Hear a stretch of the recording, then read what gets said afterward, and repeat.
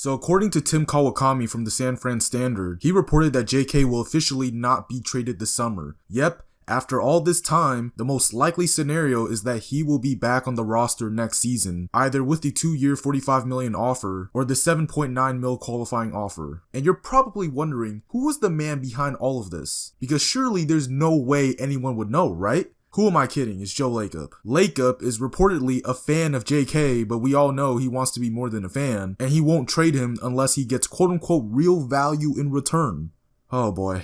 I've been asking the same question during this entire Kuminga situation, and I'm gonna ask it again. Except I want to know what Joe Lacob's answer is. Who do you think Kuminga is going to be? Because if he has this idea that JK is going to be this next coming of a generational athlete, that's going to be a bona fide superstar in the next 5 to 10 years, that's going to win championships for your team, then you're badly mistaken. There are too many holes in his game for him to definitively be on that trajectory. I've already made videos regarding this, so I don't feel like going in depth about all of this. But to summarize, they include ball security on drives, ball handling, jump shooting, etc. On top of that, something that I haven't mentioned is the fact that he gears his game towards foul baiting too much, and when he doesn't get calls, he complains and doesn't run back on defense. But here's the thing, if he was really somebody that had that kind of potential, the kind of potential that I said earlier, he would be on everyone's top 15 to 20 young players list, or at least he would rank high. ESPN made a top 25 players list under 25 years old, and they didn't even put Kuminga in there. Respectable analysts and writers that know what they're talking about, they don't even consider Kuminga in their lists. Like right now, if you make a top 20 young players list under 25, Kuminga would probably be like where? 18 to 22 maybe?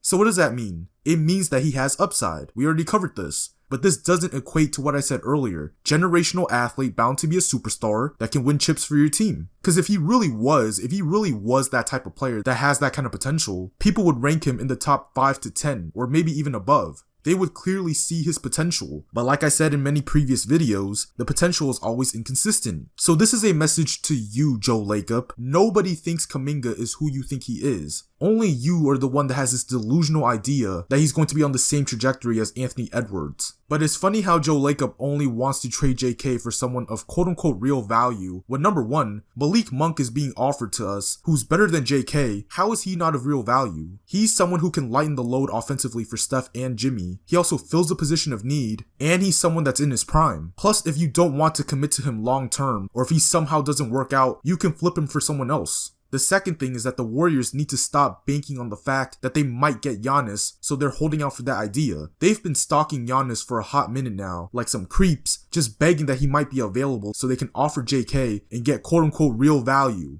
I'm gonna make this short and sweet. You're not going to get Giannis ever, not now or in the future, so let that idea go now because it's not happening. And the rest of the league does not view JK as a superstar enough for you to get a superstar in return for him. It's that simple. But the main thing we gotta speak on here is how Joe Lacob single-handedly mismanaged Steph's career. This will now be the 4th time that Joe Lacob ignores the fact that he has an all-time great playing at a top 10 level on his team. They lost KD in the summer of 2019, Klay went down with the ACL, and the roster they had around Steph was laughable. They were barely an NBA team. I mean, for crying out loud, when he went down, the whole squad only won like what, 15 games? But it was a tough situation to come back in only one season, so I'm gonna let it slide. The following season though, Steph played arguably his best basketball ever. Yes, in 2021, he was playing at a level that was probably better than what he did in 2016. And they had him hooping with Kent Bazemore and Brad Wanamaker. He won the scoring title that season and had virtually no help whatsoever. The following season, they brought in some good veteran players,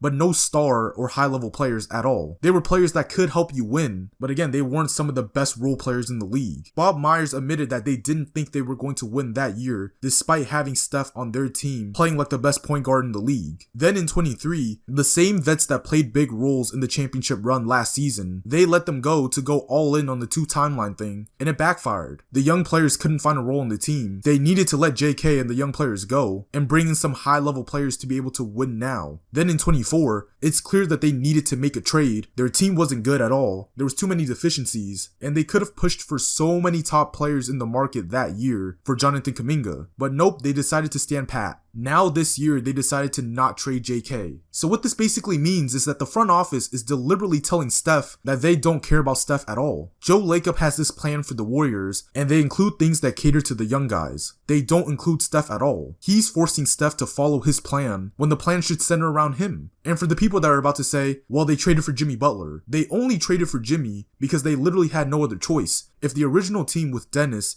Wiggins, and Kyle Anderson was still somehow a playing team, I guarantee you they wouldn't have made that move. They would sit there being like, we still have a chance. It was only when they started to drift out of the play-in, at that point, they were like, okay, we have to make a move, we have to do something or else we won't have a chance to compete. But other than that, Joe Lacob has repeatedly not prioritized Steph in his last few years, and it's straight negligence. The same guy who has brought in millions to his franchise and has made it relevant, you barely cared about him then, and you don't care about him now, but he's such a nice individual and a damn good basketball player, so good that he won championships for your franchise, and you benefited from all of it even though you shouldn't have.